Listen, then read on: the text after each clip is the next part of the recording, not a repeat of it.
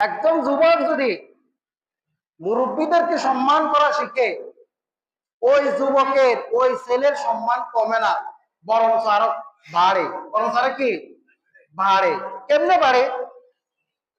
কেউ যেন যুবক, আপনি আপনি এক জায়গায় মারামারি ভুলবশত লাগে গেছে, ফুটবল খেলতে গেছেন লাগে গেছে, কিন্তু আপনি আপনি সমাজের মধ্যে সুন্দর আচরণ করছেন মুরব্বীদের সাথে, মুরব্বীরা সবাই আপনাকে বাঁচানোর জন্য, এই বিচার ফয়সালা মীমাংসা করার জন্য দৌড়া যাবে। তখন আরে ছেলেটা তো ভালো, ছেলেটা কি ছিল?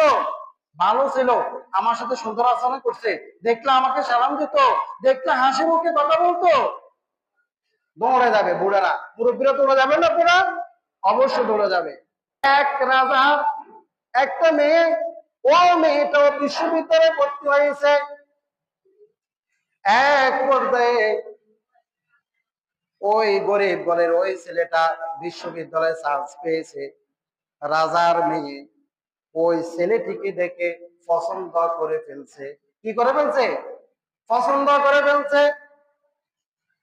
রাজার মেয়ে ছেলেটির সাথে সুসম্পর্ক। ছেলেটি যদিও গরিব ঘর নয়, মধ্যবিত্ত নয়, কিছু কিছু ছেলেকে আল্লাহ রাব্বুল আলামিন মধ্যবিত্তের সন্তানদেরকে দান করেন। ছেলেটি এমন সুঠাম দেহ, এত উঁচু, এত সুন্দর, রাজার মেয়ে দেখি ওই ছেলেটাকে দেখি পাগল হয়ে গেছে। রাজার মেয়ে ছেলেটিকে বিবাহ করার জন্য প্রস্তাব দিছে। এক পর্যায়ে তারা উভয় বিবাহের জন্য রাজি। রাজার মেয়েটি তার বাবাকে গিয়ে বললেন, ও বাবা, আমি একটা ছেলেকে পছন্দ করেছি, আমি একে বিবাহ করতে চাই, আপনি কি বলেন? রাজা এই কথা বলে, তিনি বললেন, ও মা, কোন ছেলে, আমাকে পরিচয় করে দাও। পরিচয় করাই দিলেন। রাজা খোঁজ খবর নিয়ে দেখলেন ছেলের বংশ মধ্যবিত্ত, তার খুবই অন্য মানুষ, তাদের কোনো অর্থনৈতিক দিক দিয়েও তেমন একটা ভালো না, বংশের দিক দিয়েও তেমন একটা ভালো না। রাজা খোঁজখবর নিয়ে দেখলেন, রাজা নারাজ, ও মা, তুমি যে ছেলেকে পছন্দ করছো, এই ছেলেকে তুমি যদি বিবাহ করো তাহলে আমার মান ইজ্জত কিছু থাকবে না, আমার মান ইজ্জত কিছু কি থাকবে না। এক পর্যায়ে ছেলে মেয়েটিকে বুঝাতে বুঝাতে শেষ। রাজা অবশেষে ব্যর্থ। রাজা অবশেষে মেয়েটিকে বলল, মা, আমার একটা শর্ত আছে, তুমি যদি এই ছেলেটিকে বিবাহ করো। বলে, কি শর্ত বাবা? বলে, আমি রাজা, আমার অনেক সম্মান আছে, আমার অনেক অনেক লক্ষ কোটি কোটি মানুষ, আমি মানুষকে পরিচালনা করি, যে ছেলেটি তোমার জামাই হবে ওই ছেলেটি তো আমার মেয়ের জামাই হবে, আমারও একটা সম্মান আছে, আমার এই পৃথিবীকে পরিচালনা করার জন্য আমি এমন হতে পারে, আমি তোমার জামাইকে, আমি আমার জামাইকে একটা দেশের গভর্নর হিসেবে পাঠিয়ে দিতে পারি, অতএব তার জ্ঞানের প্রয়োজন, আমি তাকে জ্ঞানের গভীরতা নিয়ে পরীক্ষা করব, সে যদি পরীক্ষায় পাশ হয় আমি রাজি হব। আমি কি হব? রাজি হব।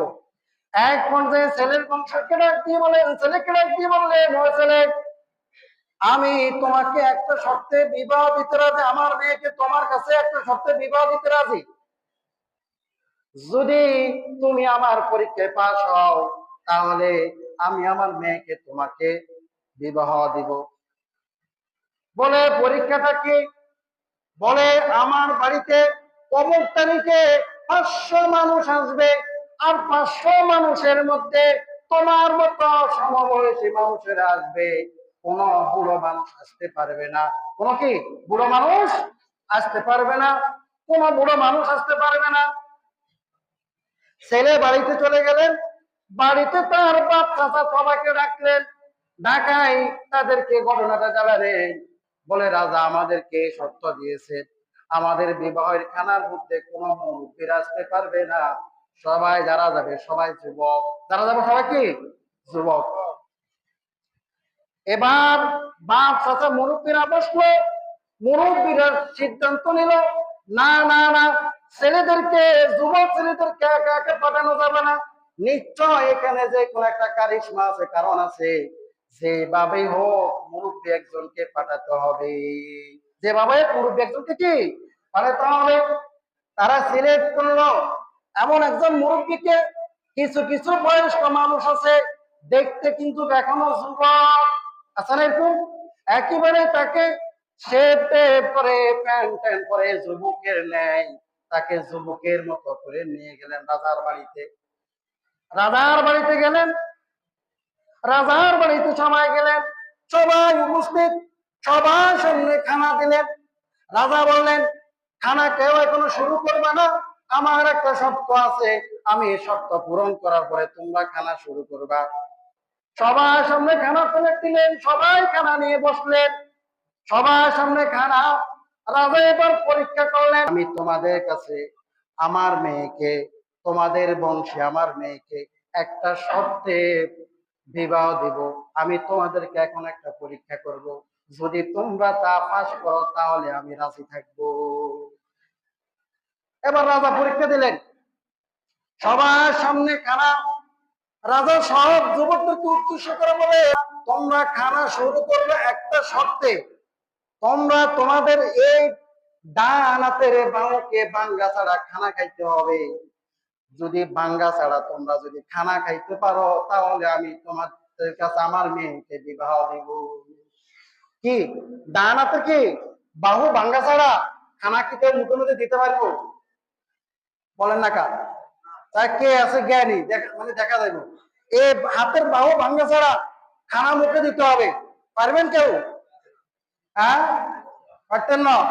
বুঝছি, আমরা বলো নিল মানে কাজ হইতো না, আমরা যদি যুব করে না কাজ হইতো না, আমরা পারতেন না।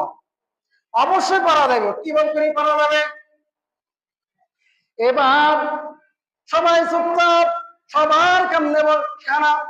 সবাই চিন্তা করলো হাতের কোনো ভাঙ্গা ছাড়া কিভাবে করে খানা সম্ভব, এখানে তো কোনো সম্ভব না। ওই কোনা থেকে বুড়া মুরব্বী একটা পাশের ছেলেকে বলে দিলেন, তোমরা একে অপরের সামনাসামনি বসে যাও আর একে অপরকে খানা খাওয়াই দাও, তাহলে তোমাদের আর হাতের কোনো ভাঙ্গা যাবে না। কি ওই এবার করে সামনে বসছেন না, আমি এমনি খাওয়া দিলাম, আমার হাতের কোনো কেউ ভাঙছে? হ্যাঁ, তাহলে বলেন তো, এবার বলেন তো, যুবকদের বুদ্ধি বেশি নাকি মুরব্বীদের বুদ্ধি বেশি? কাদের? মুরব্বীদের। কাদের? এই জন্য যারা যুবক আছে আমরা মুরব্বীদেরকে সম্মান করতে হবে, যদি এরকম এরকম বড় বড় বিপদ থেকে মুক্তি পেতে চাই। ঠিক আছে কিনা? যদি যুবকরা যদি বড় বড় বিপদ থেকে মুক্তি পেতে চাও তাহলে অবশ্যই অবশ্যই মুরব্বীদেরকে কি করতে হবে? সম্মান করতে হবে।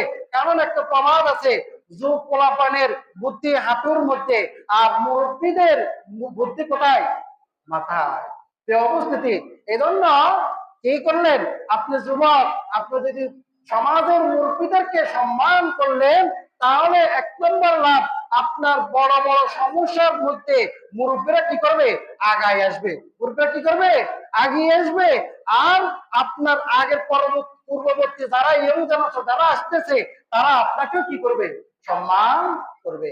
আল্লাহ রাব্বুল আলামিন আমাদেরকে সুন্দর আচরণ এবং মুরব্বীদেরকে যেন সম্মান করতে পারি সেই তৌফিক দান করুন।